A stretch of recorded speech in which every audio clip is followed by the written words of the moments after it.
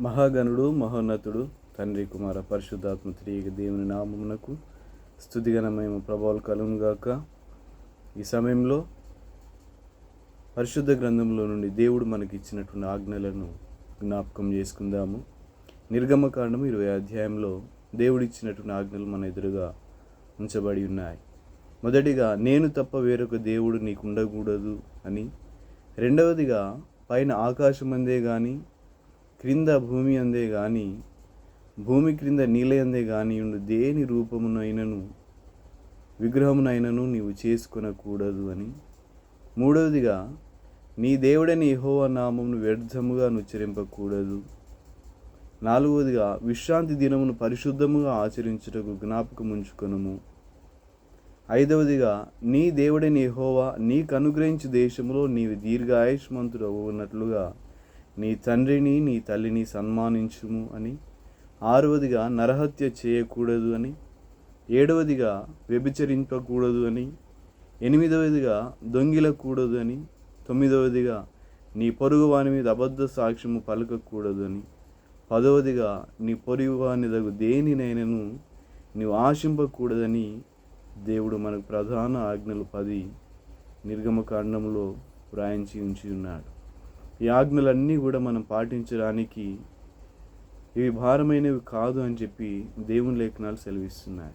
ఈ ఆజ్ఞలు చాలా తేలికైనవి. ఈ ఆజ్ఞలన్నీ కనుక మనం పాటిస్తూ మన జీవితంలో ముందుకు వెళ్ళినట్లయితే దేవుడు మన కొరకే దాచించిన ప్రతి ఒక్క మేలును మనం పొందుకోగలం.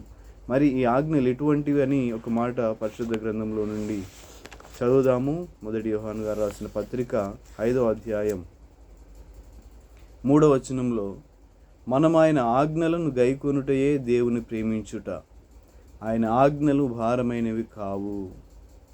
మనము ఆయన యొక్క ఆజ్ఞలను గైకుంటూ ఉన్నట్లయితే అది దేవుని ప్రేమించినట్లే అని ఇక్కడ దేవుని లేఖనాలు సెలవిస్తున్నాయి. స్పష్టంగా మన ఎదుట ఆ మొదటి యోహాను పత్రిక 5వ అధ్యాయం 3వ వచనంలో రాయబడి, మనము ఆయన ఆజ్ఞలను గైకొనుటే దేవుని ప్రేమించుట. దేవుని మనం ప్రేమిస్తున్నాం అంట. ఏ రీతిగా మనం ప్రేమించగలము అని అంటే, దేవుని యొక్క ఆజ్ఞలను మనం పాటించడమే, గైకొనడమే ఆయనను ప్రేమించడం. మరి ఆయన ఇచ్చినటువంటి ఆజ్ఞలు ఎటువంటివి అని అంటే, ఆయన ఆజ్ఞలు భారమైనవి కావు. ఆయన ఆజ్ఞలు భారమైనవి కావు అని చెప్పి దేవుని లేఖనాలు స్పష్టంగా సెలవిస్తున్నాయి. కాబట్టి ఆయన ఇచ్చినటువంటి ఆజ్ఞలు భారమైనవి కావు, అవి తేలికైనటువంటి ఆజ్ఞలన్నీ కూడా మనం పాటిస్తూ మన జీవితంలో ముందుకు వెళ్ళాలి. మరి దేవుడిచ్చినటువంటి ఈ ఆజ్ఞలు కేవలం 10 మాత్రమే పరిశుద్ధ గ్రంథంలో ఉన్నాయంటే 10 కంటే కూడా ఎక్కువనే పరిశుద్ధ గ్రంథంలో దేవుడిచ్చినటువంటి ఆజ్ఞలు ఉన్నాయి. ఆజ్ఞలన్నీ దేవుని చిత్తమైతే మనం ముందు రోజులలో తెలుసుకోవడానికి ప్రయత్నం చేద్దాం.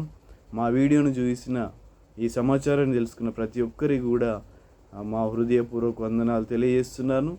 ఈ వీడియో కనుక మీకు నచ్చినట్లయితే మీ బంధువులకి, మిత్రులకి షేర్ చేయండి. ఇంకా మా యూట్యూబ్ ఛానల్ని సబ్స్క్రైబ్ చేసుకున్నట్లయితే సబ్స్క్రైబ్ చేసుకోనండి. మరికొంత సమాచారం మీకు అందించాలని ఒక ఉద్దేశంతో ఈ యొక్క వీడియోలు చేయడం ప్రారంభం చేశాము. పరిశుద్ధ గ్రంథంలో అనేకమైన సమాచారం మన కొరకే దేవుడు రాయించి ఉంచారు. ఒక్కొక్క మాట విలువైనది, అమూల్యమైనదిగా మన ఎదుట కనబడుతూ ఉంటుంది. ఆ మాటలన్నీ ధ్యానం చేసుకోవడానికి దేవుడు మంచి మనస్సును, మంచి ఆలోచనను దేవుడు నాకు అనుగ్రహించినట్లుగా నా కొరకే, మా కొరకే ప్రార్థన చేయండి. మా పరిచర్యల కొరకే ప్రార్థన చేయండి. అందరికీ వందనాలు. Thank you all.